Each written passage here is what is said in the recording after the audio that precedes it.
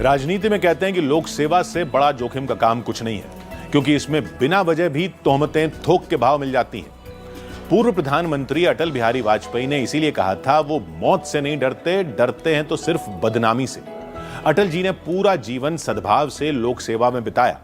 उनके सबसे पसंदीदा सिपाही नरेंद्र मोदी भी शुचिता की राजनीति करते आए हैं। हालांकि नरेंद्र मोदी की आधिकारिक पब्लिक सर्विस की शुरुआत बड़े नाटकीय ढंग से हुई थी। नरेंद्र दामोदर दास मोदी ईश्वરના નામે સોગંદ લઉં છું કે કાયદાથી સ્થાપિત ભારતના સંવિધાન પ્રત્યે હું સાચી શ્રદ્ધા અને નિષ્ઠા ધરાવીશ। 30 सितंबर 2001, Mainpuri, Uttar Pradesh. Beechcraft King Air C-90 plane Mainpuri के भैंसरोली गांव के आसमान में उड़ान भर रहा था। अचानक प्लेन में आग लग गई। जलता प्लेन कुछ ही दूर मोटा गांव में क्रैश कर गया। प्लेन क्रैश के बाद शवों की पहचान उजागर हुई तो दिल्ली में हड़कंप मच गया।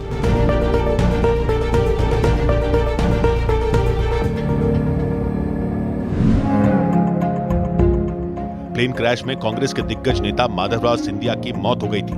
उनके साथ प्लेन में सवार सभी 8 लोगों की जान चली गई थी। सभी शवों को पहले आगरा फिर विशेष विमान से दिल्ली लाया गया। प्लेन हादसे में जान गंवाने वालों में एक वीडियो जर्नलिस्ट गोपाल बिष्ट थे। नरेंद्र मोदी से उनका परिचय था। दिल्ली में जब गोपाल बिष्ट की अंतिम यात्रा निकली तो नरेंद्र मोदी वहां मौजूद थे। शमशान घाट पर जब दाह संस्कार हो रहा था तब नरेंद्र मोदी को पूर्व प्रधानमंत्री अटल बिहारी वाजपेयी का फोन आया। अटल जी को जब यह पता लगा कि नरेंद्र मोदी शमशान घाट पर हैं तो उन्होंने ज्यादा बात नहीं की, सिर्फ ये कहा कि शाम को घर पर आकर मिलिए। नरेंद्र मोदी जब अटल जी के घर पर पहुंचे तो उन्होंने कहा कि दिल्ली में आपका वजन बहुत बढ़ गया है, गुजरात जाइए। अचानक मिले आदेश से नरेंद्र मोदी हैरत में पड़ गए। उन्होंने यह तक कह दिया कि अहमदाबाद में रहने के लिए उनके पास घर तक नहीं है। नरेंद्र मोदी खुद बताते हैं, मैं कई वर्षों से गुजरात में नहीं था।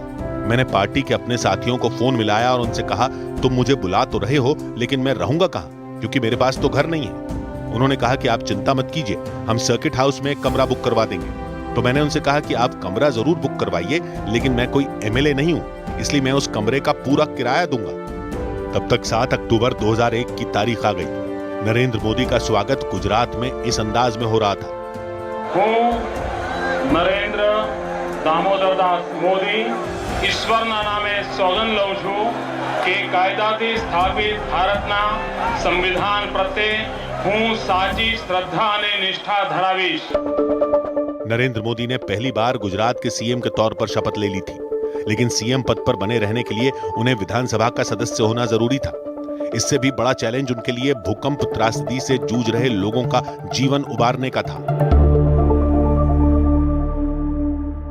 2001 में गुजरात में हालात नरेंद्र मोदी के खिलाफ थे। राजनीति में पार्टी को फिर से मजबूती देनी थी। नए नए मुख्यमंत्री को महाभूकंप से मचे त्राहिमाम में लोगों की सेवा करनी थी। दोनों मोर्चों पर नरेंद्र मोदी ने करिश्माई नेतृत्व दिखाया। उन्होंने भूकंप पीड़ितों के लिए कई महीनों तक खाने पीने का बंदोबस्त एक फोन कॉल से कर दिया था।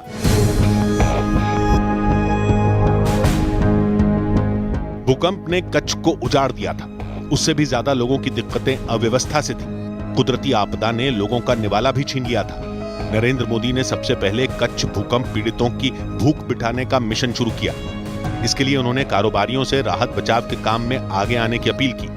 दिलीप देशमुख बताते हैं कि उद्योगपति नुस्ली वाडिया से नरेंद्र मोदी ने क्या कहा। नुस्ली वाडिया आप सबको पता होगा कि बॉम्बे डाइंग के मालिक है। तो उन्होंने कहा कि मुझे क्या करना है आप बताइए।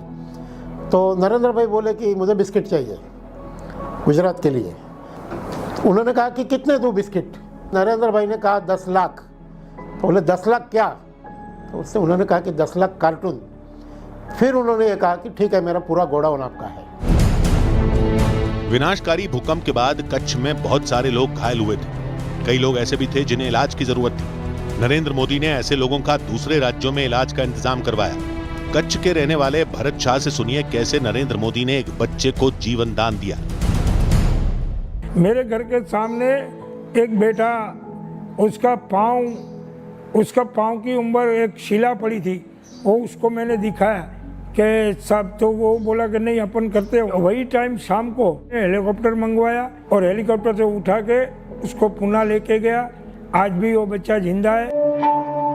राहत बचाव अभियान के बाद नरेंद्र मोदी ने कच्छ के कायाकल्प का संकल्प ले लिया था। कच्छ के लिए मैं जितना करूं उतना कम है, क्योंकि पता है पिछले जन्म का कोई कर्ज चुकाने में आया, इसलिए कच्छ के लिए मैं जितना करूं उतना कम है।